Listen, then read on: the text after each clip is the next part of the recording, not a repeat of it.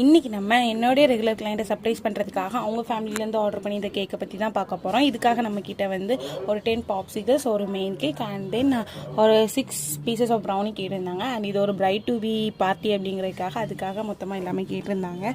So first வந்து நான் பாப்சிகல்லாம் ready பண்ணிவிட்டேன். அண்ட் 6 பீசஸ் ஆஃப் ப்ரௌனி வந்து கொஞ்சம் டிஃப்ரெண்ட்டாக பண்ணலாம், ஏன்னா பிரைட் டு பி அப்படிங்கிறப்போ கொஞ்சம் டிஃப்ரெண்ட்டாக பண்ணலாம் அப்படிங்கிறதுக்காக யோசிச்சு ஒவ்வொரு பீஸ்லேயுமே ஒவ்வொரு லெட்டர் வச்சுட்டேன் பிரைடுன்னு.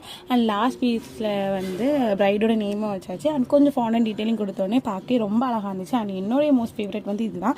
அதுக்கப்புறம் மெயின் கேக், இது வந்து பின்ட்ரெஸ்ட்லேருந்து நான் எடுத்து அனுப்பியிருந்தேன். நான் உங்களுக்கு இந்த டிசைன் பிடிச்சிருந்துச்சு, ஸோ அதே பண்ண சொல்லிட்டாங்க. நானும் அதே மாதிரியே ரெப்ளிகேட் பண்ணிட்டேன். சேம் அதே மாதிரியே கஸ்டமைஸ் டாப்பர் அண்ட் ஃபாக்ஸ் பால்ஸ்லாம் வச்சு.